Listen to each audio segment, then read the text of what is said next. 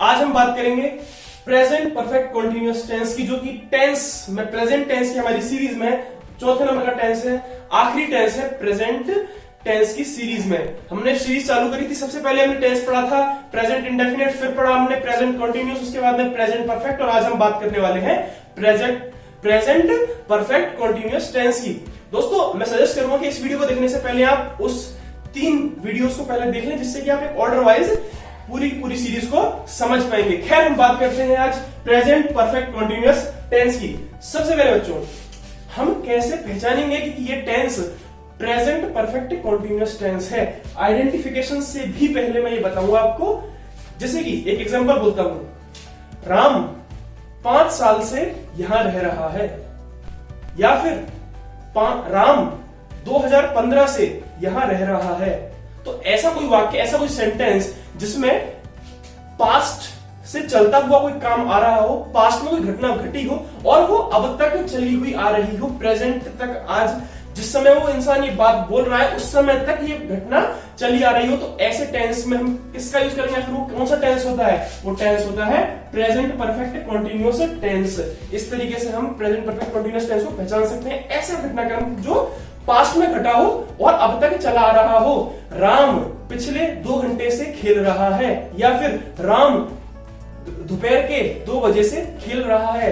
तो दोपहर के 2 बजे से खेलना या फिर 2 घंटे से खेलना, यहां पर एक टाइम पीरियड आया है, टाइम पॉइंट आया है, और वो टाइम पॉइंट कौन सा है? पास्ट का टाइम पॉइंट है। दोपहर के 2 बजे से या फिर 2 घंटे से राम खेल रहा है। That process is still continuing. तो यहां पर कंटिन्यूअस समझ में आता है। परफेक्ट हमारे को समझ में आया, क्योंकि कोई जो काम है वो पास्ट से चल रहा था। फिर इसकी आइडेंटिफिकेशन देख लेते हैं। अगर कोई वाक्य हमारे सामने लिखा हुआ आ जाए हिंदी में, तो हम उसे इस तरीके से पहचानेंगे। सबसे पहले अगर किसी वाक्य के एंड में रहा है, रही है, रहे हैं आ रहा हो, प्लस फॉर या सिंस का यूज आ रहा हो, और फॉर या सिंस का यूज किसके लिए आ रहा हो? किसी टाइम पीरियड या फिर टाइम पॉइंट को इंडिकेट करने के लिए आ रहा हो। जैसे कि एक एग्जांपल मैं आपके सामने बोलता हूं, Raman have been living here since 2015। Raman यहां रह रहा है। कब से रह रहा है? 2015 से रह रहा है। तो इस तरीके के सेंटेंस कौन से होते हैं? प्रेजेंट परफेक्ट कंटीन्यूअस टेंस होते हैं। बच्चों अब हमने बात कर ली कि फॉर सिंस का प्रयोग आ रहा है, बट कब आएगा सिंस का यूज, कब आएगा फॉर का यूज, ये समझना भी तो जरूरी है। तो जिस समय किसी पॉइंट, टाइम पॉइंट की बात की गई हो, उस समय हम यूज करेंगे सिंस का। वहीं पर कहीं पे टाइम पीरियड की बात की गई हो तो हम यूज करेंगे फॉर का। हम बात करेंगे फॉर का। इतनी बात हमें समझ में आती है। अभी मैं एक चार्ट आपको दिखाता हूं जिसमें सिंस और फॉर के अलग अलग यूज, कहां कहां हम यूज करेंगे सिंस को, कहां कहां हम यूज करेंगे फॉर को। ये हमारे को और भी बेटर अंडरस्टैंडिंग हो जाएगी इसकी। दोस्तों अब बात कर लेते हैं कि सिंस का यूज कहां पर होगा और फॉर का यूज कहां पर होगा। सबसे पहले देखते हैं सिंस का यूज हम कहां पर करेंगे।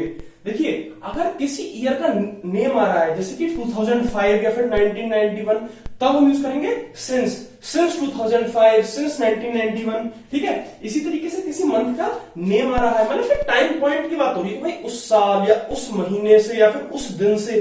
तो अगर मंथ आ गया तो सिंस जनवरी, सिंस फरवरी, इस तरीके से हम सिंस का यूज करेंगे।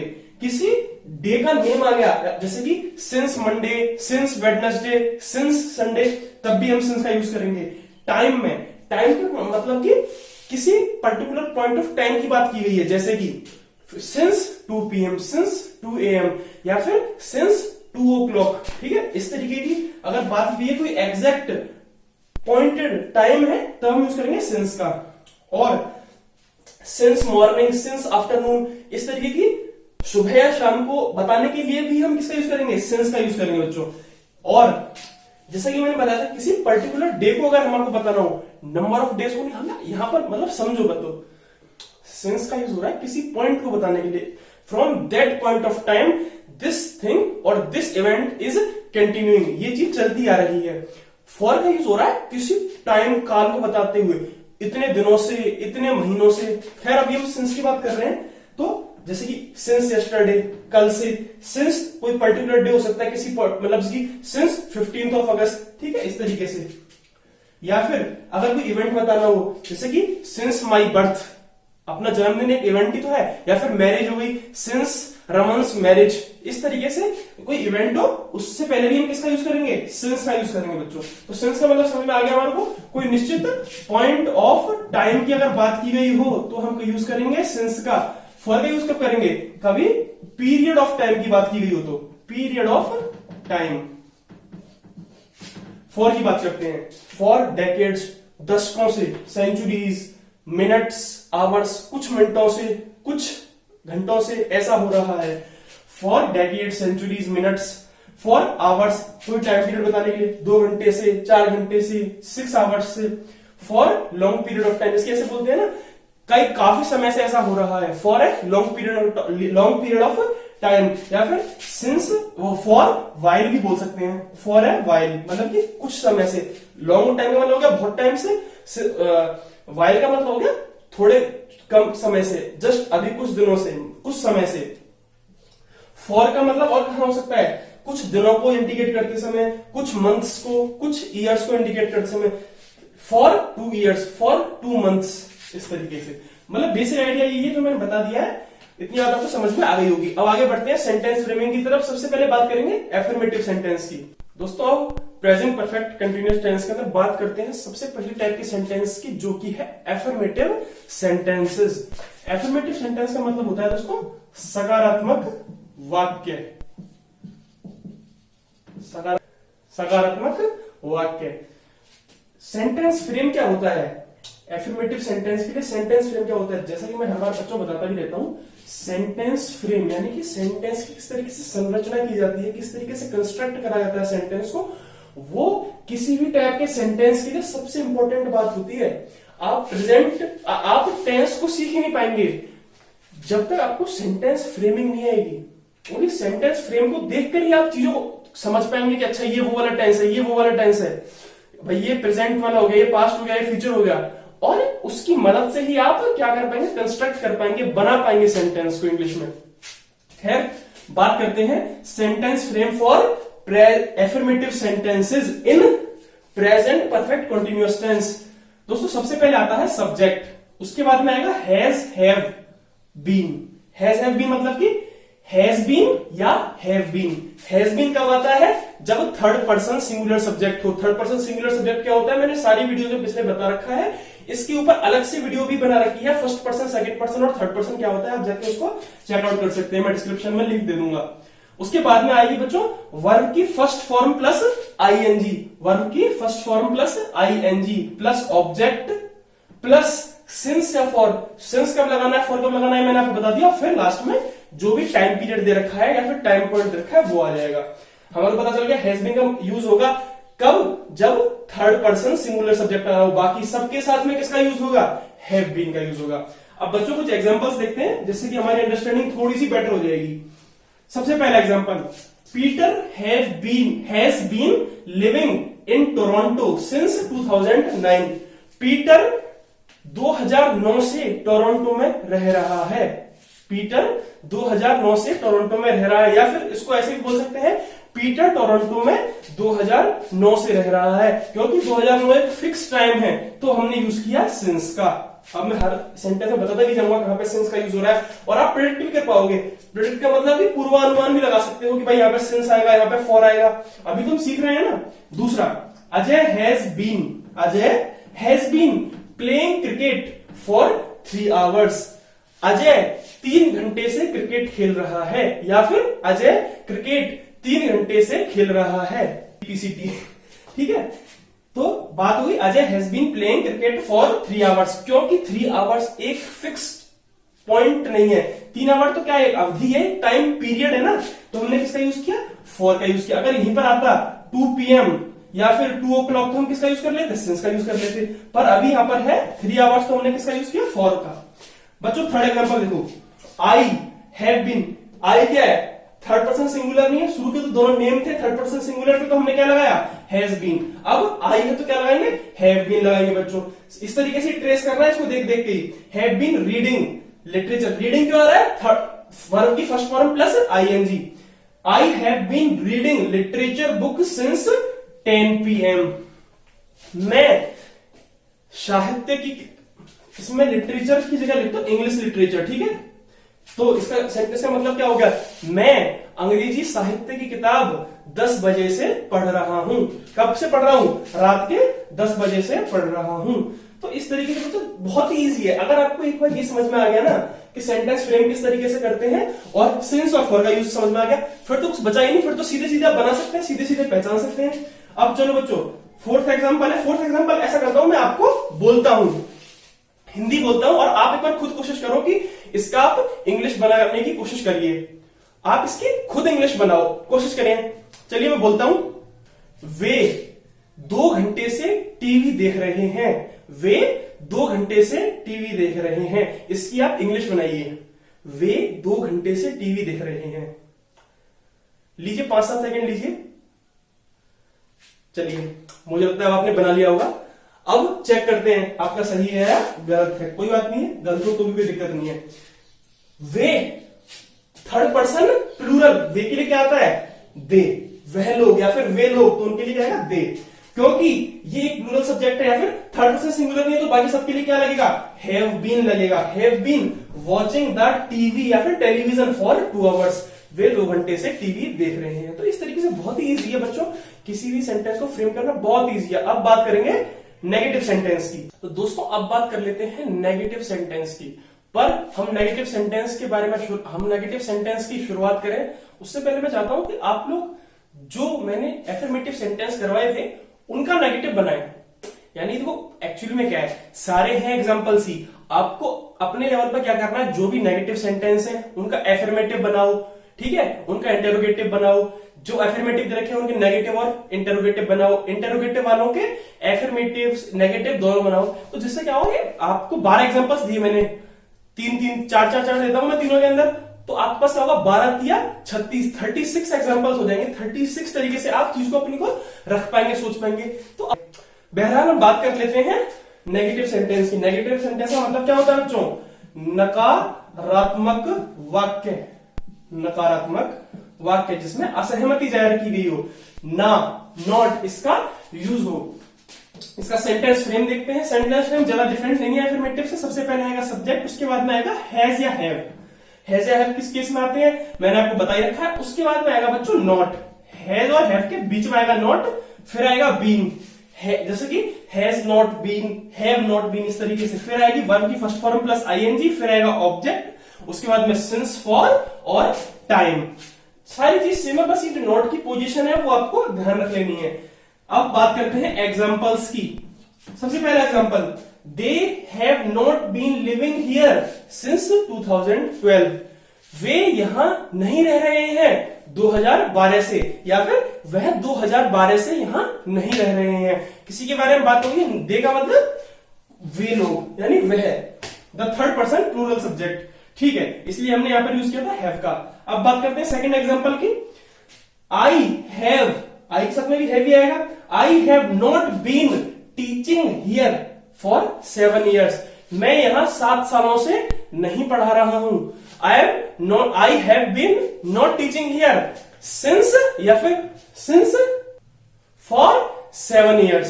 तो ठीक है, सीधी सीधी बात है। अब यहीं पर अगर लगा देते हैं आप कि 2012 से या 2013 से, तो फिर आप लगा सकते थे उसके साथ में सिंस। बात करते हैं थर्ड एग्जांपल की। थर्ड एग्जांपल क्या है, Rahul has not been working here since February। Rahul has not been, Rahul क्या है, थर्ड पर्सन सिंगुलर, तो क्या उसके साथ में लगेगी हैज, हेल्पिंग वर्ब हैज आएगी ना, has not been working here since February। Rahul यहां February से काम नहीं कर रहा है, या फिर राहुल यहां February से काम नहीं कर रहा है। तो एग्जांपल देखो बच्चों, Nancy has not been taking her medicines for last 3 days। दोबारा पढ़ो, Nancy third person singular, helping verb has not been taking her medicines, medicine आ जाएगा, for last 3 days। Nancy पिछले 3 दिनों से अपनी दवाइयां नहीं ले रही है, या फिर नैन्सी अपनी दवाई नहीं ले रही है 3 दिनों से, ठीक है। आपको क्या करना है, सीधी सीधी सी बात है, जो सेंटेंस फ्रेम है उसको अपने दिमाग में छाप लेना है, उसको तो घुट के पी जाना है, बिल्कुल ही लगा लो, और उसके आधार पर ही तो आपको सेंटेंस कंस्ट्रक्ट करने हैं, उसी के बेसिस पर ही आपको सेंटेंस को पहचानना है। अच्छा ये हो गया पास्ट परफेक्ट का, ये हो गया प्रेजेंट परफेक्ट का, ये हो गया प्रेजेंट इंडेफिनिट का, इस तरीके से। खैर अब बात कर लेते हैं हम इंटेरोगेटिव सेंटेंस की। दोस्तों सारी बातें हो चुकी हैं, लास्ट हमारा सेंटेंस का बचा है इंटेरोगेटिव सेंटेंसेस। सबसे पहले बात करते हैं इंटेरोगेटिव सेंटेंस कौन से होते हैं। ये होते हैं दोस्तों प्रश्नवाचक वाक्य। प्रश्नवाचक वाक्य ये मैं इसलिए लिख देता हूं कि हिंदी मीडियम वाले जो स्टूडेंट्स हैं उन्हें पढ़ने में कोई दिक्कत ना हो। तो ये क्या होते हैं प्रश्नवाचक वाक्य। ऐसे वाक्य, ऐसे सेंटेंसेस जिनके अंदर कोई क्वेश्चन पुटअप किया गया हो, जिसमें कोई क्वेश्चन पूछा गया हो। ठीक है भाई, सबसे पहले बात करते हैं इसके सेंटेंस फ्रेम की। बच्चों बात क्या है, इंटरोगेटिव का जनरली भी जो सेंटेंस फ्रेम होता है थोड़ा सा टिपिकल होता है, बट इसका थोड़ा ज्यादा टिपिकल है ना। तो यहां पे एकदम से अपना ध्यान 2 मिनट केंद्रित करो। सबसे पहले तो आया WH वर्ड्स। अगर है, if WH words are present, then it will come at the first position। तो सबसे पहले तो है WH word, अगर है तो ठीक है। इसके बाद में जो सेंटेंस चालू होता है वो यहां चालू होता है हैज या हैव, अकॉर्डिंगली जिस क्या कहते हैं, अगर सब्जेक्ट हैज वाला है तो हैज लग जाएगा, हैव वाला है तो हैव लग जाएगा। हैज किसके लिए लगेगा, थर्ड पर्सन सिंगुलर, हैव बाकी सभी के लिए, प्लस सब्जेक्ट, प्लस अगर इंटरोगेटिव में भी नेगेटिव सेंटेंस है, प्रश्नवाचक वाक्य में भी नेगेटिव है, तो यहां पे सब्जेक्ट के बाद में नोट लग जाएगा, उसके बाद में नहीं तो कोई बात ही नहीं है, प्लस बीइंग, प्लस वर्ब की first form, plus ING, plus object, plus since या फॉर, प्लस टाइम। बाकी तो फिर सारा सेम है। तो यहां से तो लगभग सारा सेम ही है, बस बात यहां पर है। तो थोड़ा ध्यान रखना है, क्योंकि क्या होता है बच्चे थोड़ा मिक्सअप कर देते हैं, तो दिक्कत आ सकती है एग्जाम में, भूल जाओ बाई चांस, है ना। तो याद रखो सबसे पहले हैज है प्लस सब्जेक्ट, नॉट है तो ठीक है, फिर सब्जेक्ट के बाद में आ जाएगा, प्लस बीइंग, प्लस वर्ब की फोर्थ फॉर्म या फिर वर्ब की फर्स्ट फॉर्म, प्लस आईएनजी, बाकी सारा फिर सेम है। एग्जाम्पल देखते हैं। एग्जाम्पल इसके बड़े रोचक है। क्यों रोचक है अभी आपको पता चलेगा। एक दो एग्जाम्पल देखोगे ना तो आपको अंदाजा लग जाएगा यहाँ पर क्या लॉजिक ज्यादा काम में आ रहा है। सबसे पहला व्हाट, WH वर्ड से क्या, what have you been doing for the last 15 minutes. पिछले 15 मिनट से तुम क्या कर रहे हो। पिछले 15 मिनट से तुम क्या कर रहे हो, क्योंकि 15 मिनट आया है, कोई निश्चित अवधि नहीं है, यो नहीं बताया 2 PM से बैठा है, 1:45 से बैठा है, तो आगे हमारा फॉर, क्योंकि एक पीरियड ऑफ टाइम है ना 15 मिनट्स, इस वजह से। तो what have you been doing for the last 15 minutes. अपन को बात क्लियर हो गई। सारा का सारा यहां से ट्रेस कर रहा हूं मैं। दूसरा सेंटेंस, इसमें WH वर्ड है ही नहीं, तो कहां से ट्रेस होगा, यहां से हैज है, क्योंकि रमन एक सिंगुलर सब्जेक्ट है, तो आया has Raman been studying since afternoon. Afternoon, morning, इन सब के लिए क्या आता है, सिंस आता है। Has Raman been studying since afternoon. क्या रमन दोपहर से पढ़ रहा है, क्या रमन दोपहर से पढ़ रहा है, इसका मतलब ये हो गया। सीधी सीधी सी बात है, सीधा सीधा हमने ट्रेस कर लिया। बट बच्चों अब जो तीसरे और चौथे एग्जाम्पल है वो थोड़े से डिफरेंट होने वाले। क्यों डिफरेंट होने वाले अभी बताता हूं। सबसे पहली बात कि सिंस और फॉर का यूज टाइम को इंडिकेट करने के लिए होता है। कुछ इंटेरोगेटिव सेंटेंसेस के अंदर हम फॉर और सिंस का use at the starting of sentence भी कर सकते हैं। Mainly it appears in the interrogative sentence, this condition appears in the interrogative sentence. वो सिचुएशन क्या है, फॉर अगर आपको इस तरीके से लिखा हुआ दिखता है, for how long, for how long. अब इसका मतलब क्या हुआ, फॉर हाउ लॉन्ग का मतलब है कब से, कब से, उसका एसेंस समझो आप, कब से। इसी तरीके से सिंस व्हेन, सिंस व्हेन का भी मतलब है कब से, किस निश्चित समय से, कब की बात हो रही है। तो अगर आपको कभी भी ये लिखा हुआ दिखता है for how long, since when, तो आप इस तरीके से भी यूज कर सकते हैं। दोनों को एक बार अपनी पोजीशन पर रखो। और फिर क्या करना है इसके बाद में, इसके बाद में क्या करना है, जो लास्ट वाला पार्ट है ये गायब कर देना है। क्योंकि अगर वो पूछ ही रहा है कि किस समय से बात, किस समय की बात कर रही है, अगर वो आपसे पूछ रहा है कब से, कब से कब की बात कर रहे हो, तो लास्ट वाला टाइम तो हटेगा। टाइम तो आपसे पूछ ही रहा है वो, सिंस फॉर पहले लग गया। क्या कर देना है, यहां से लेके यहां तक का पूरा का पूरा सेंटेंस ऐसा का ऐसा लिख देना है इसी ऑर्डर में। फॉर हाउ लॉन्ग, अब यहां से ट्रेस करो, for how long has Raman subject been studying, खत्म। ऑब्जेक्ट है नहीं, खत्म बात। बहुत इजी चीज है यार, देखो कंफ्यूज नहीं होना है, लॉजिक समझो, लॉजिक से सब चीज हो जाएंगी। ठीक है, दोबारा एक बार देखो, फॉर हाउ लॉन्ग लग गया क्योंकि टाइम पूछ रहा है वो, यहां भी टाइम पूछ रहा है, यहां भी टाइम पूछ रहा है, किस समय से, कब तक। For how long has Raman been studying, खत्म बात, ये बिल्कुल इजी है। अब since when has Radha been living in the society. तो मुझे लगता है कि दिक्कत अब आनी नहीं चाहिए, क्योंकि जब कॉन्सेप्ट इतना अपन डीपली समझ रहे हैं तो फिर कोई कहूं तो एरिया बचता नहीं है। खैर, हमारा आज प्रेजेंट टेंस खत्म हो चुका है। अगले लेक्चर में मैं सारे के सारे जो पार्ट हैं प्रेजेंट टेंस के, इंडेफिनेट, कॉन्टिन्यूअस, परफेक्ट कॉन्टिन्यूअस और परफेक्ट, ये चारों का रिवीजन करवाऊंगा। अब तक अगर आपको कोई क्वेरी हुई हो तो आप कमेंट सेक्शन में पूछ सकते हैं। अगले लेक्चर में सारी की सारी क्वेरीज को मैं एक बार बताने की कोशिश करूंगा। खैर, अगर ये वीडियो अच्छी लगी हो आपको तो आप वीडियो को लाइक कर सकते हैं, चैनल को सब्सक्राइब करें, बेल आइकन को दबा दें जिससे कि ऐसी नोटिफिकेशन आपको मिलती रहे। मिलते हैं अगली वीडियो में।